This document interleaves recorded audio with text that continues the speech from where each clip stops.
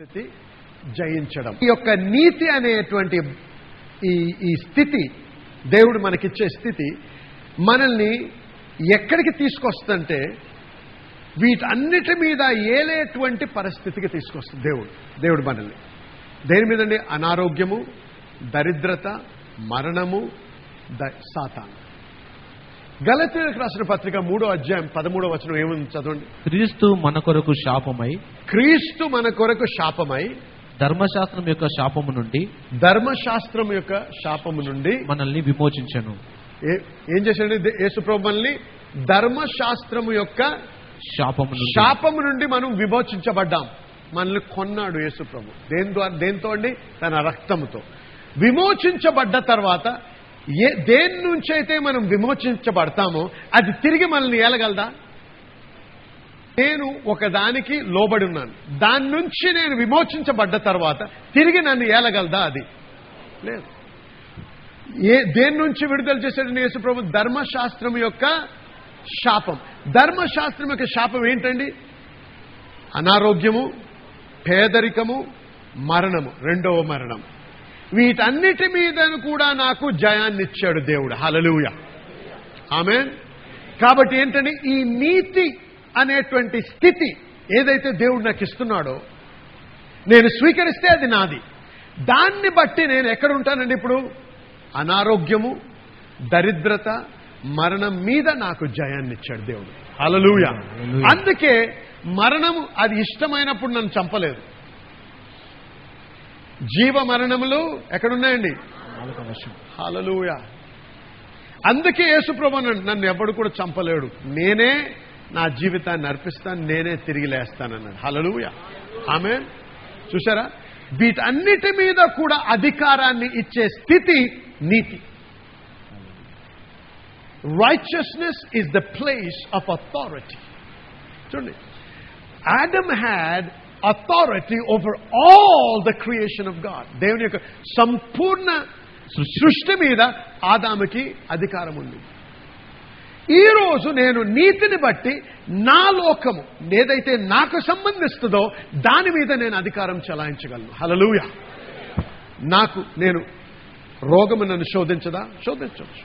సమస్యలు రావచ్చు. అడ్డంకులు రావచ్చు. క్లిష్ట పరిస్థితులు రావచ్చు. ఎందుకంటే యేసుప్రభు ఉన్నాడు యోహాను సువార్త 16వ అధ్యాయం 33వ వచనంలో, యు విల్ హ్యావ్ ట్రిబ్యులేషన్. నీకు శ్రమలు కలుగుతాయన్నాడు.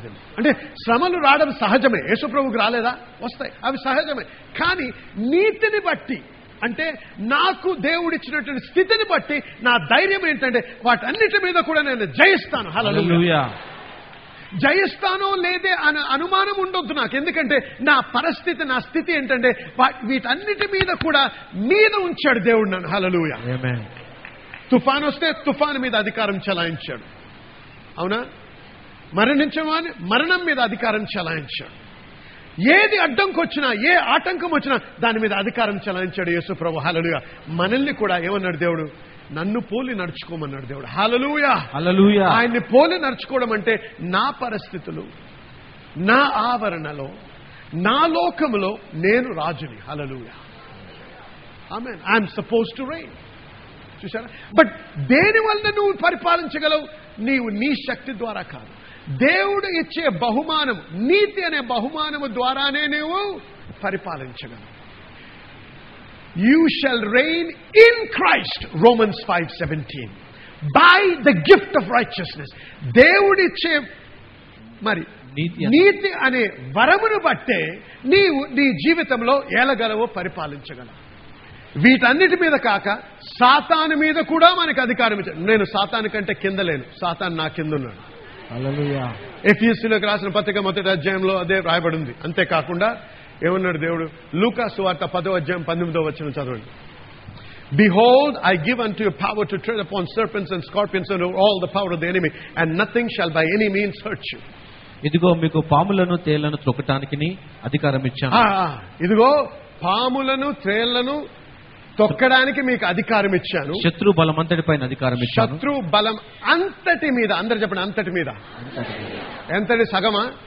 కొద్దిగా?